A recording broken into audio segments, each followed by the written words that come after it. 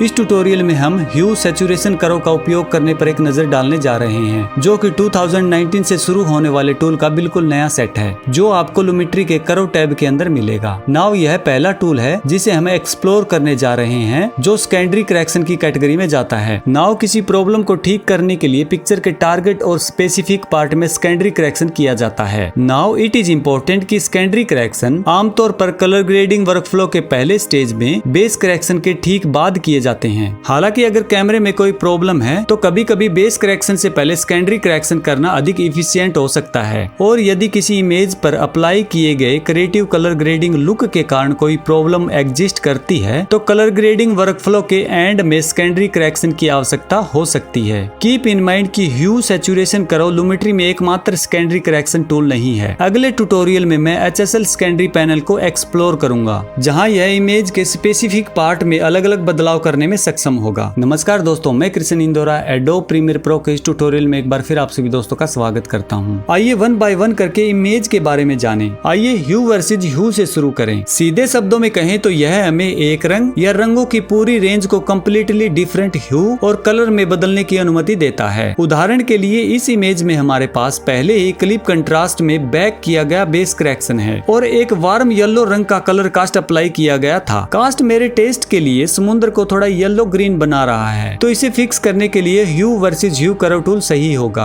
Vector scope को देखते हुए पानी यहाँ पर है, तो आइए आई ड्रॉपर टूल की मदद से उस एरिया को टारगेट करें। आई ड्रॉपर टूल सेलेक्ट होने पर मैं उस कलर पर क्लिक करूंगा जिसे मैं मॉडिफाई करना चाहता हूँ। इस मामले में मैं समुद्र के ऊपर क्लिक करूंगा और आप देखेंगे कि curve representing the range of those ocean colours. आइए मिडिल पॉइंट पर क्लिक करें और जैसा कि आप देख सकते हैं एक रेखा पूरे ह्यू स्पेक्ट्रम को रिप्रेजेंट करती दिखाई देती है। इस तरह मुझे पता लगता है कि अगर मैं पॉइंट को ऊपर खींचता हूँ तो मैं ह्यू को वार्मर कलर में बदल दूंगा और कूल कलर्स के लिए नीचे जाकर मैं पॉइंट को तब तक नीचे खींचूंगा जब तक कि पानी अधिक नेचुरल न दिखाई दे। मैं वाइडर रेंज बनाने के लिए लेफ्ट और राइट पॉइंट्स को बाहर की ओर लेकर जाऊंगा ताकि हम उनसे अधिक कलर्स ले सकें।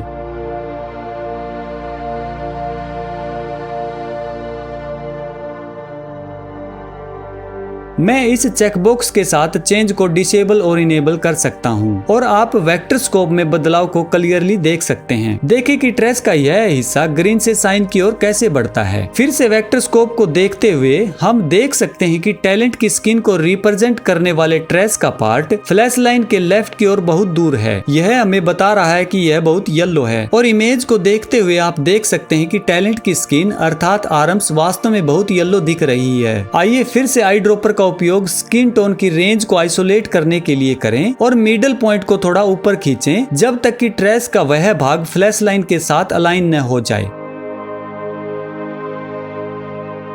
Much better. मान ले कि हम महिला की रेड शर्ट की सैचुरेशन कम करना चाहते हैं क्योंकि यह बहुत अधिक रेंज से बाहर है। इसके लिए हमें ह्यू वर्सेस सैचुरेशन कर्व में जाना पड़ेगा। आइए रेड कलर के चारों ओर एक नैरो सिलेक्शन करें, बट रेड रेंज का पार्ट कर्व के एक्सट्रीम लेफ्ट की ओर है और दूसरा राइट की ओर। A nice feature is this bar at the bottom, जो हमें कर्व के सेंटर को बदलने देता है। इस तरह से हमारे पास रेड रेंज ऐसी पोजीशन में हो सकती है जिससे हमारे लिए काम करना आसान हो जाता है। नाउ हम रेड पॉइंट को थोड़ा नीचे खींचेंगे और आप देखेंगे कि हमारी कमीज अब कम ध्यान भटकाने वाली हो जाएगी। आइए ह्यू वर्सेस लूमा कर्व की ओर चलते हैं। यह हमें कलर्स की रेंज का चयन करने और केवल उन कलर्स के एक्सपोजर को एडजस्ट करने की अनुमति देता है। उदाहरण के लिए आप देख सकते हैं कि हमारे टैलेंट का फेस कुछ ज्यादा डार्क है। अगर मैं टैलेंट की स्किन पर एक्सपोजर बढ़ाना चाहता हूँ तो मैं रेंज को आइसोलेट करने के लिए यहाँ और यहाँ एक पॉइंट बना सकता हूँ, मिडिल पॉइंट बना सकता हूँ और फिर ऊपर खींच सकता हूँ। ग्रेट, यह इनक्रेडिबल है और यह हमारे टैलेंट को अलग दिखाने में हेल्प करने का एक क्विक वे है। Next luma versus saturation curve है। यह हमें ब्राइटनेस वैल्यू के बेस पर इमेज के कुछ पार्ट के लिए सैचुरेशन को एडजस्ट करने की अनुमति देता है। नाउ इस कर्व का प्राइमरी उपयोग सबसे डार्क कलर की शैडो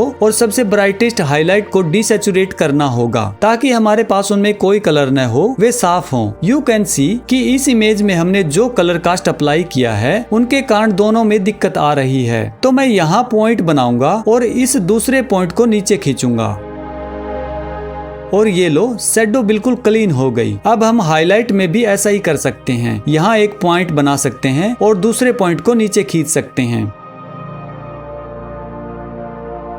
आप स्काई की हाइलाइट्स के साथ साथ टैलेंट की स्किन पर सबसे ब्राइटेस्ट हाइलाइट्स में एक बड़ा अंतर देख सकते हैं। यह वास्तव में एक आसान तरीका था जो इमेज को इतना बेहतर बनाता है। Next saturation versus saturation curve है, जो आपको इमेज सैचुरेशन को चुनिंदा रूप से एडजस्ट करने की अनुमति देता है। मुझे पता है कि यह आपको कंफ्यूज करने वाला लग सकता है, लेकिन मैं आपको एक प्रैक्टिकल एग्जांपल दिखाता हूँ। मान लीजिए कि हम महिला को छोड़कर हर चीज का कलर नीचे लाकर सैचुरेशन के विपरीत बनाना चाहते हैं। वेक्टर स्कोप को देखते हुए हम बता सकते हैं कि इमेज में हायर सैचुरेशन लेवल वाले वार्मर कलर कौन से हैं। वे हैं हमारे टैलेंट की स्किन और ड्रेस के कलर। एवरीथिंग एल्स, समुद्र और आकाश, ग्रीन और साइन रेंज में है, जो क्लियरली लेस सैचुरेटेड है। सो सैचुरेशन वर्सेस सैचुरेशन कर्व में लेस सैचुरेशन कलर लेफ्ट की ओर होते हैं और जो अधिक सैचुरेशन वाले कलर होते हैं वे राइट की ओर हैं। सो ग्रीन और साइन कलर जिन्हें हम और अधिक सैचुरेटेड करना चाहते हैं वे लेफ्ट साइड की ओर हैं। इसलिए मैं सैचुरेटेड कलर्स की सुरक्षा के लिए यहाँ एक पॉइंट बनाऊंगा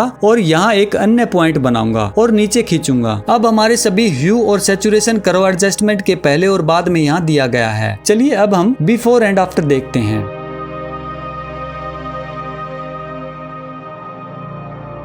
वेल आई होप कि आपने इस टाइटल और इस वीडियो को एंजॉय किया है और यह आपको कुछ आइडिया एंड इंस्पिरेशन प्रोवाइड करता है कि आप आपकी इमेज में ह्यू सैचुरेशन कर्व का उपयोग कैसे करें। तो ठीक है दोस्तों, मिलते हैं नेक्स्ट ट्यूटोरियल में नए चैप्टर के साथ। तब तक के लिए happy learning, happy Premiere Pro. Bye friends.